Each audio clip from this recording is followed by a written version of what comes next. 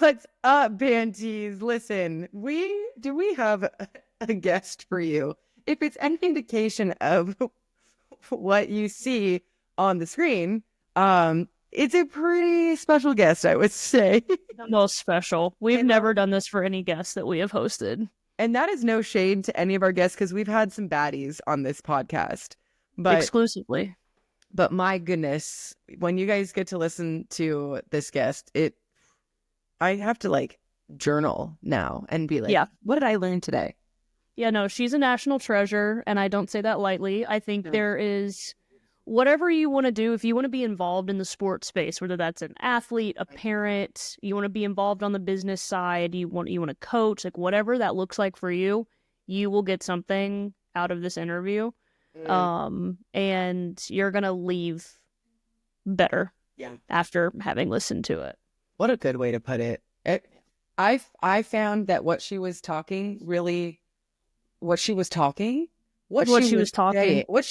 of mind blown, you guys, about this interview, just so you guys know. We're in a twilight zone, I think. Yeah, so words, right? But words. What she was saying, I feel like transcends beyond time and space. It does. And into different things. Like if you're listening and you're an athlete, like you said, if you're listening and you want to work in sports, if you want to coach, like her message gets to literally the entire population of planet Earth. Literally. If you want to be a better human, listen. And we think all of our Bantees want to be better humans. So you guys enjoy this. Have fun. We love you so much. Love you so much.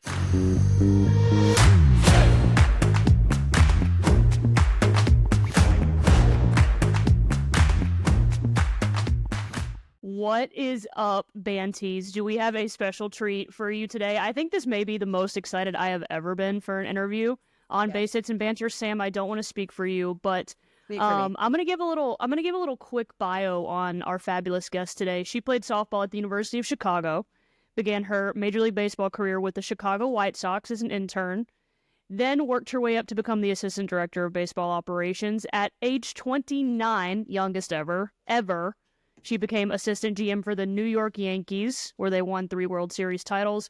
She then went on to the Dodgers as vice president and assistant GM in 2001. She has spent some time working in the Major League Baseball offices, and in 2020 was hired as GM for the Miami Marlins, becoming the first woman ever to become general manager of a men's team in the history of major North American sports. She is now the senior advisor to the AUSL, which we are all really, really excited about. The one and only living version of the hashtag women and male dominated fields. Ladies and gentlemen, Kim Ng. Bravo. Oh, Haley McClenny. What an intro. Unbelievable. Welcome to Base Hits and Banter, Kim. We are so thrilled to have you. Yeah. In my softball career, it was probably a little bit more about the banter, unfortunately.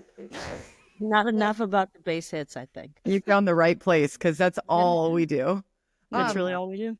We were so excited about having you on that we kind of have a treat for you. So we do.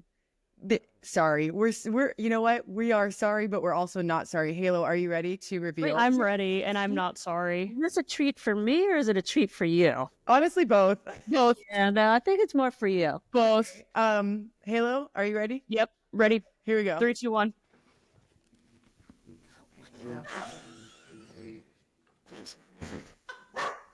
Oh, goodness. We love Kim Ng. Look my goodness. This is the no nonsense space. Like, don't try me, you know? Yeah, that's pretty much what it is. This is executive. This one might be my favorite. Yeah.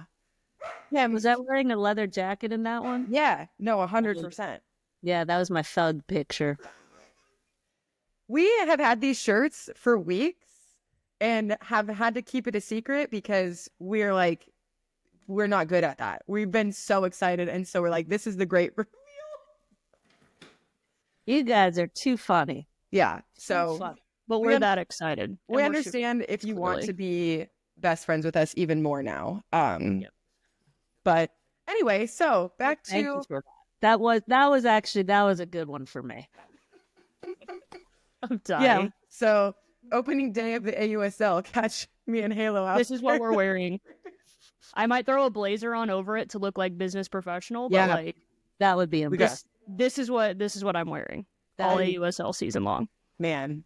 So anyway, now that the important stuff is out of the way, Kim, I would love for you to tell us a little bit. My first question, it's very important.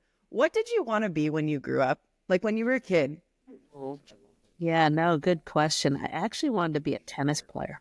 Oh, Tennis player, yeah. I came from a big tennis playing family. We played every Saturday in the summer.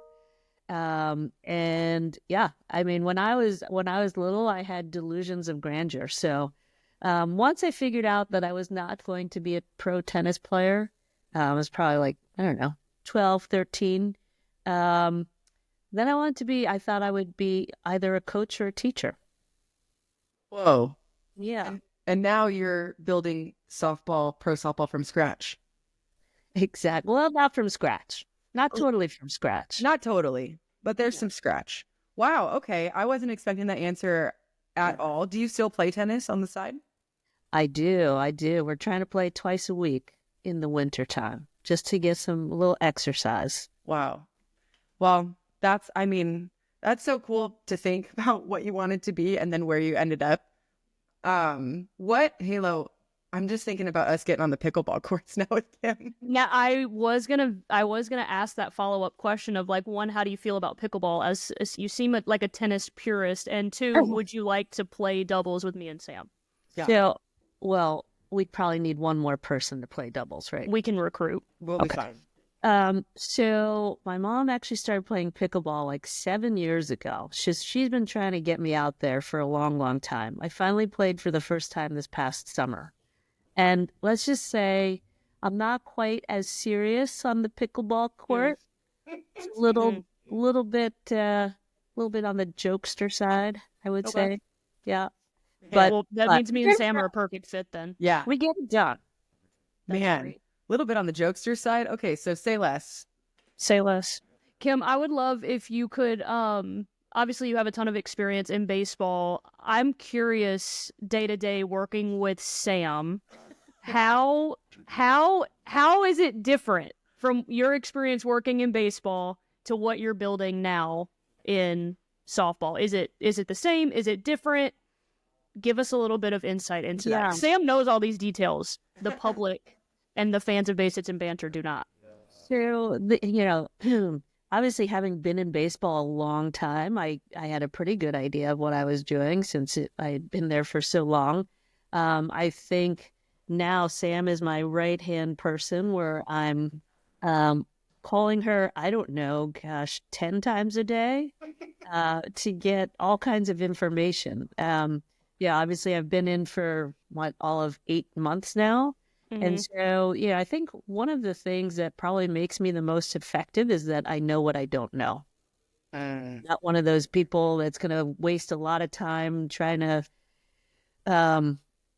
figure it out, do it all myself. I rely on people, and Sam has been absolutely instrumental throughout the last several months in me getting my sea legs under me. Was that good, Sam? You owe me $50. Listen. I did not. Halo, first of all, you got to give her a raise. Yes. No, I'm just kidding. No, raise. What? One of my favorite things, and I'm glad that you said it, and it's something that we've talked about a lot on the podcast of like getting it to college kids, to youth players, to coaches of that what you don't know. And I've told Halo like, what's really cool is that you ask a lot of questions and that you want to know, even if it's something you think you know and it just confirms it, or if it's something that there's just no information that, I love that. And I think that that's why it's such an important message, because no matter if you're running the league or if you're wanting to play in the league, you want to not like more knowledge, more information, ask questions. How can you stop getting better at any point, So right. And I think a lot of this is about being humble too, right? And not having the ego that doesn't allow you to ask those questions, or pretending that you know and you really don't. Yeah. So I do, that's one trait that has followed me throughout my career. I've been in situations When I went back to Major League Baseball and I was running international operations, I had to figure that out, but a lot of it was done simply by asking questions of people who had been there for a lot longer than I had and making sure that they felt part of the staff and that we were as effective and as efficient as possible, right? And just knowing, again, what your strengths, what your weaknesses are. We all have them, right? And you just use your staff to fill in where you're missing. Man, I'm inspired. At Higginbotham, we put people first. Our specialists are here to serve you, the people you care about, and your success. Insurance, HR, and financial services. Inspired by you. I'm inspired too. I think you just answered it, but my next question was going to be like, if there's someone that wants to get into working in sports, male or female, just regardless, what advice would you give them on how to get started? Because you started as an intern with the White Sox, obviously had an extremely successful career up to this point. Are there any, what's your biggest advice for anyone that wants to maybe follow that path? Yeah, I think, there are a few things. Number one, I think you have to, I don't want to say you can't take no for an answer, but you have to be very close to that. And that was really how I got my internship. I basically said, I'm not going to take no for an answer. And they, they let me in the door. And so that's number one. Obviously, persistence, I think, is another. I think, you have to, you're going to be told no quite a bit. And so I think you have to have the fortitude and the gumption and the belief in yourself that you have something to add, right? That you have value and you're going to make people see it. And then I think, especially for the women, I think you have to be, I think you have to be tough. I think you have to have a hard shell and know that it's the same for the guys though. Everyone's going to be criticized. Everyone's going to have, constructive criticism thrown at them. I think, we as athletes, I think, I just viewed it as being coached up, right? And so that's how you get better. It was when my coach didn't talk to me is when I got worried. So, I think, those things, sports is a really, really difficult business to be in. So many people want that job that you have. And so I think that, you just have to be willing to put in the hours. I guess that's another thing. When I was, working for the White Sox, the Yankees, the Dodgers, you're working 80 to 90-hour weeks. That's what that looks like. And, don't think that the off season means that you're kicking back. That's when a lot of your work kicks up and kicks in, right? And that's when you're trying to put the team together and you're talking to agents too much. A lot every day. And, you're getting calls from all of your scouts and, everybody's just trying to put together the best team they can. So it is a grind. But you know what? I tell you what, when that champagne's spraying, you don't think about any of that, right? You don't think about any of it. You just think about the long road and the, what it took for you to get there and that it was all worth it, every single time. Man. It never gets old. I especially those rings that you get for winning the World Series are probably real sparkly. I don't know about you, Halo, but listening to Kim talk about that makes me think of all the things we've talked about in getting to the next level and playing softball, about the grind, the sacrifice. The off season doesn't mean you stop working. Like, it's so applicable. And you're going to hear no a lot, which basically means failure in our sport. But Kim, I would love to know, just, was there ever a point in your career, because you were the first woman to be a general manager of a baseball team, being the first makes it look like before that moment that it might not be possible. So it might have been a little harder than people than men who have done it before. So was there ever any moments that you thought there were obstacles that were just too big, or that you just thought like, I don't know if I can do it? Were there any moments like that? I can't even count how many.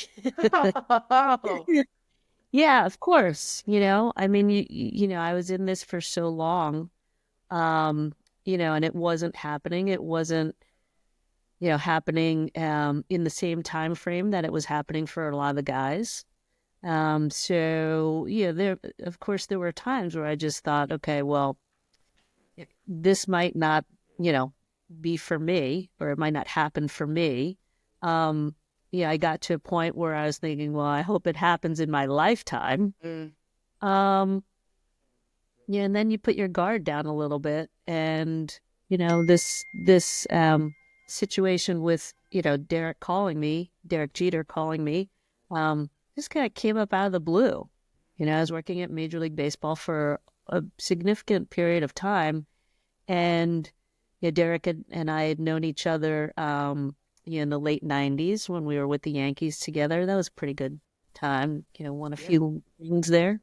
But Derek and I knew each other, and he gave me a buzz about this job. So, sometimes when you least expect it, it happens. I couldn't be more grateful for the opportunity that I got. We went to the playoffs in 2023. It was, I think it was the fourth time in franchise history. We had the fourth best record in franchise history. So it was, we had a nice year that year. So it was really exciting. A lot of hard work, but again, worth the payoff. And, I think for a lot of us who do well, I think that's probably what makes us good, is that, we have some doubt and then we overcome it. And we keep doing it over and over again, right? And that kind of keeps you sharp. Wow. I'm ready to run through a brick wall. Let's do it. Let's do it right now.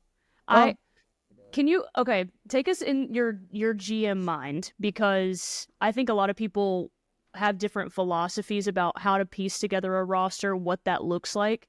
And I think there could also be an interesting tie-in, and I would love your perspective on this. We have a lot of kids that listen to this podcast that are of recruiting age. And so when you're evaluating talent and piecing together a roster, what does that look like? And if it can tie into the recruiting process, I would love your insight there as well. Yeah, sure.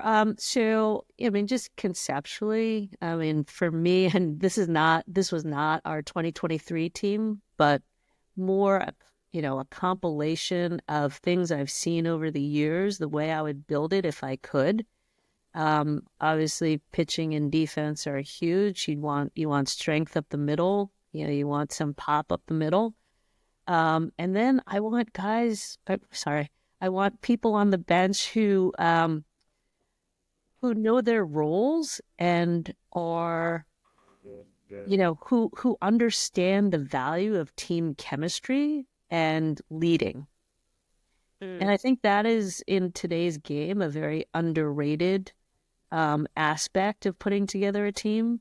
And I think those people typically, go through life, and their mantra is basically, I'm going to work hard whether people are watching or not, and I'm going to be true to myself, and always give it my all, and always try and influence and inspire those I'm sitting next to and those who are watching, right? And I think when you have that type of mentality on your club, in more than just a few, you obviously want that to be a thread running through your entire team. But at least the more influential ones, you can build culture like that, and I think that is something that, a lot of times gets overlooked. And I think that for me, the one thing about that 2023 team was that we didn't have a lot of superstars on our team. But we focused, and it was intentional, we focused on all of the little things that it takes to win a ball game, right? Moving runners over, getting the bunt down, throwing to the right bases, taking good leads, taking good secondary leads. So all of those things, and eliminating the mistakes, all of that we worked so hard on in spring training. We talked about it all off season. We talked about being an unselfish player. And I think when you have all of those guys, just pulling on the same end of the rope, you get to, the sum of the parts, and that means you have a good team, right? So we were, we were, we were not the most talented, but I think all of those guys and it probably took a handful to really influence the others, and then once the others saw saw the effort, saw the output, saw the outcomes, the results of that hard work, they bought in. And you could just, as months went by, you could see us picking up steam. So, I mean, those are the things that again, for me, I would focus on. I think, what's in someone's heart is really helpful as you build a team. And obviously you want aptitude, and like I said, you want unselfish players. And you can see that from the stands. If you're a scout, standing behind the backstop, or you're sitting in the stands, you can see that play. And that's what they're looking for. That's what coaches are looking for. The pipeline to the women's national team. HPP has helped me find a new identity in who I am as a player. It's helped show how hard work pays off, and it's really got me excited for the future of our game, the future for me, the future for my fellow athletes, and for what I strive to do in the future in college, and then potentially with USA softball in the future. Man, Halo, number one, that was a great question. Also, Kim, great answer. I feel like that is a really good segue to hear your thoughts on that, because now you're building something with the AUSL, with pro softball. Do you feel like a lot of what you just talked about and the things that you really placed value on has carried over now into how you're working on structuring pro softball?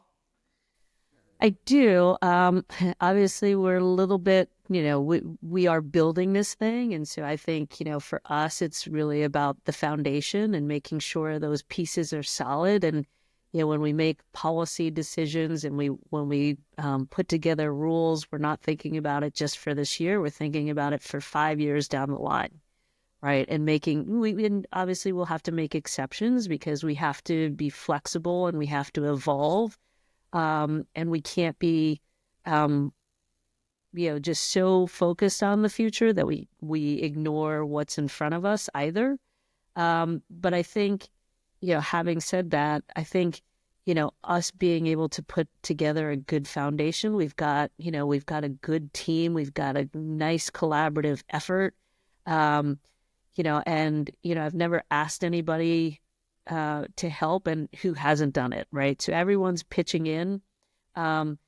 Clearly this is my first rodeo in the softball world, and Sam, like yourself, Haley, others throughout have been just so gracious with their time and effort, and their knowledge and their know-how. I think it's going to be a blast. I think it's going to be great. But I think we're doing it one brick at a time. Yeah, I think it is great. It's fun. It's just fun to be a part of every single day and to watch. I'm not in the operations space like you guys are, but to watch just from the outside of this thing getting built out is really special, and it's really cool to be a part of. And I think the entire organization feels that way about it. I want to know, Kim, why? Why this? Why now? Why did you decide to make this jump and go all in with Athletes Unlimited? Yeah, so I've told this story a few times, but I became familiar with Athletes Unlimited about 5 years ago when I was with Major League Baseball. I met John and Jonathan through Randy Levine, who is an executive with the New York Yankees. And John and Randy knew each other. So I went to the office and met with them. And I came away incredibly impressed because I felt like, in terms of softball, I mean, there has been, there have been valiant attempts in terms of trying to create a sustainable league. It hasn't happened. It hadn't happened until until I think we get to Athletes Unlimited. But I had reviewed the history of softball and knew a lot of this. I think the thing that impressed me about John and Jonathan was that they had looked at history. They were listening to people who had been in that space, who had been influential in that space, and who understood the pitfalls of it. I think they took action. I think they were very invested and vested in the women athletes themselves. I think that came across incredibly clearly and was prominent in their thought process. They talked about athletes and what their post-career looks like. They talked about athletes and trying to help them build their brands and hiring people to be resources for the athletes. So all of that impressed me. I was very intrigued, and I really liked their thoughts about the leaderboard points and the point system. Because at the time, we were trying to figure out how to connect with fans of women's sports, right? And so the idea was that you connect through the athletes themselves, not necessarily about, a larger team. So I thought that was really, I thought they were just very thoughtful. And so I met them 5 years ago. I always kept them in mind over the years. And so after I left the Marlins, I actually met Hillary Meyer at Vice President Kamala's house. What a place. Celebrating Women's History Month. Okay. So it's kind of cool. Kind of. And, I asked her, well, where do you work? And she said Athletes Unlimited. And Haley, I had just reached out to you, probably a month before that. And so we got talking and she said, I'd love to connect you with, John and Jonathan. I said, that'd be great. And so fast forward a month or two and I was reconnected. And again, so all of those feelings about Athletes Unlimited I had from, a while ago, nothing had changed. And, obviously they had some success in the softball space as well as, several other sports. I loved their mission and their values. And being, a former softball player myself and knowing, some of the folks from USA Softball and from the national team, Haley and, a good number of others. I was really intrigued by it. And then, I'm not sure, I will say this, I'm not sure that I was quite ready to get back to work, roll up my sleeves and get back out there. But having watched what happened with Caitlin Clark, knowing that there was this groundswell of, women's sports, and here this thing plops down in my lap, and John Patrikoff is, really did a great job of convincing me of coming out, to the softball world. I thought to myself that you don't really get to choose your timing in life. And when the opportunity presents itself, you got to go. So here I am. Dang. You're supposed to prepare us when he drops a bomb like that, that was a mic drop quote right there. Yeah. Too bad you can't use your mic or else you could have dropped it.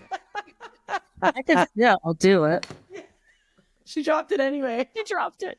Man, I'm so pumped. I know, Kim, that you said earlier too, and something that anybody who has met you would agree with is that you're very humble, and being humble is a big piece of it. So when we just, gush over you, I know that it's, but it's so exciting.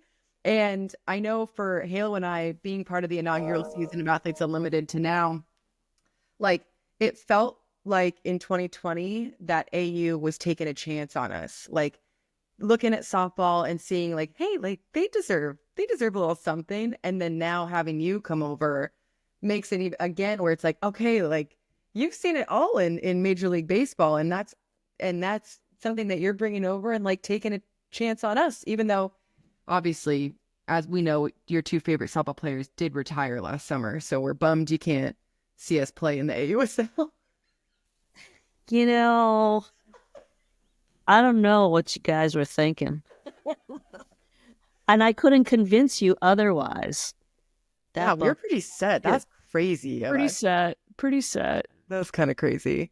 Kim, number one, thank you for taking the time to hang out with us in this capacity, because you're going to be hanging out with us so much more beyond the microphone. But Halo likes to ask a question to really wrap up our podcast episodes with our guests. So Halo, take it away. I'm really excited for your answer to this, Kim. If you could give any advice to your younger self, what would it be and why? You know, I have given lots of advice to myself and to my younger self. You know, the advice that to my younger self has been, I need to get out there more and talk to young women more. You know, I think, and actually, you guys heard this, didn't you? You heard me read the letter to my younger self. Oh, yes. Heard that? Okay. So that's what I'm talking about. So there was a time in my career where I thought that just doing my job was going to be my gift for women, and that all I could accomplish and, you know, where I could get to would be my, you know, they would be able to point and say like, okay, there's somebody, I see her, I can be her. But in the end, I realized that that was not enough, that you kind of have to go out there and you have to pound your chest a little bit and, you know, make sure that you're also spreading the gospel. And I think, you know, for me, you know, that's part of this job, you know, and, you know, just, you know, because again, I've had such a, you know, I've had a high profile position, and, you know, been so fortunate to be in that position.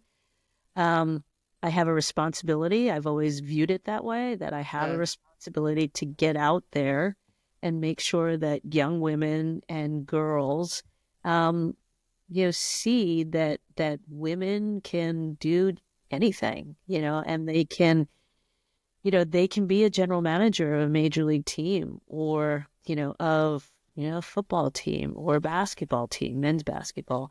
You know, clearly, obviously, we're doing it all in the, you know, on the women's side and, you know, in women's sports, but that we can break those glass ceilings. And, you know, it has been done, and, you know, that people have to dream big, and they can't let go of that, and they have to keep that in their sights, and understand that it does take, you know, it does take effort, and it does take, you have to remember it all the time, but just keep working. You just keep working towards it, right? And we all have to get those messages out. And so when we talk to all of your former teammates, right, just reminding everybody, like, they are shining examples for those little ones, you know, and what those little ones want to be, or maybe haven't even thought about it, but now because of them are thinking about it, or have the opportunity to think about it. Right. So I think that's so important for all of us as women. You know, we have to set that example, and we have to go out there and talk about it. So get out there and talk about it more. We literally can't stop talking, Kim. We can't stop talking about it. People are going to start paying us to shut up. Wow. Yeah, no, that answer was with so much banter. And now you're an official Bantee. So thank you for joining us on the podcast, especially during a busy time of trying to figure out what this league's going to look like this summer. That's okay. It just means your work doubles. No, that's fair, actually. Yeah. We'll get off this pod and be like, send 30 emails. Well, I'm great at answering emails at like 3 a.m. Right, Sam? Yeah, I'll roll over and be like, what time is it? Oh, let me get back to this. Okay, Let me get back. Yeah. So you know what? Whatever it takes, right? Fighting the good fight. Fighting the good fight. And when the AUSL takes off and skyrockets, it's going to be worth it. And we're going to be wearing our shirts. Yes, I will. I will gladly participate in a champagne shower in this shirt. Yeah. Right. Oh, man. All right. Well, thanks, Kim.